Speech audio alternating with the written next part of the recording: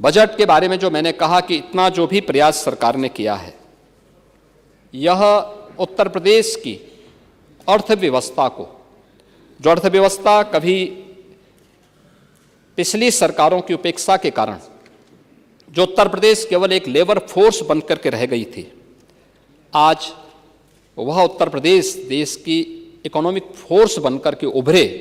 भारत के growth engine की भूमिका के रूप में अपनी भूमिका का निर्वहन करे,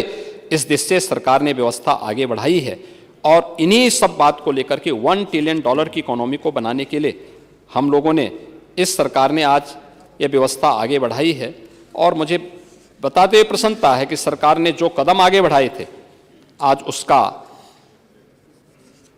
परिणाम भी हम सबके सामने है। मुझे प्रसन्नता है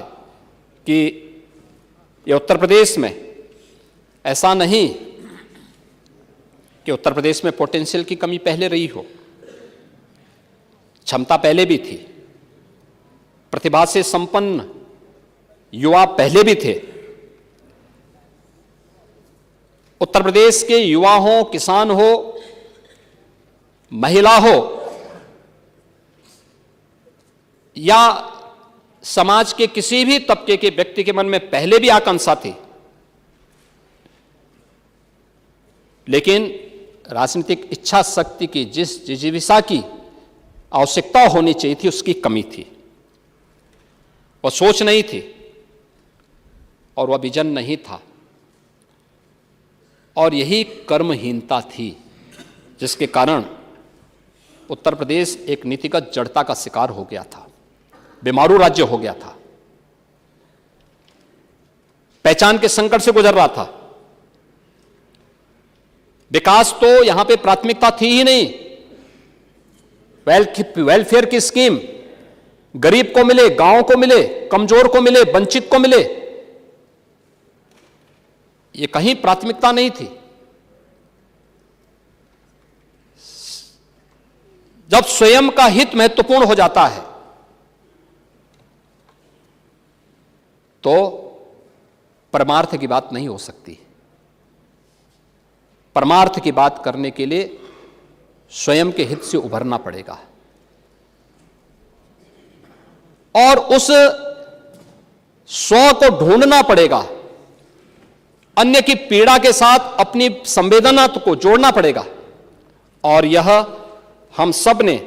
इसी भाव के साथ इस बजट को, लगातार 9वें बजट को हम लोगों ने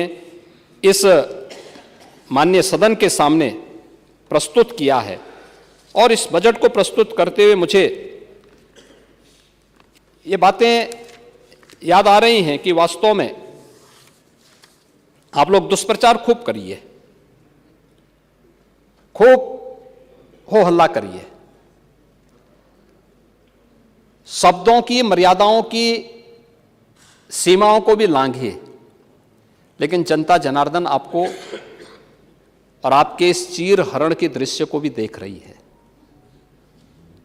आपको कभी इसके लिए माफ नहीं करने वाली है। आप लोगों ने महाकुंभ के बारे में, अयोध्या के बारे में, कोरोना प्रबंधन के बारे में, काशी विश्वनाथ मंदिर के बारे में, संभल के बारे में जो भी दुष्प्रचार किया है, उस दुष्प्रचार का जवाब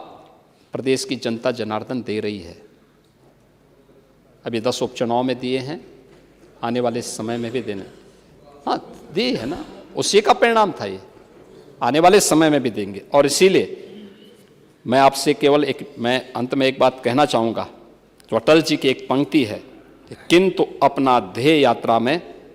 हम कभी रुके नहीं,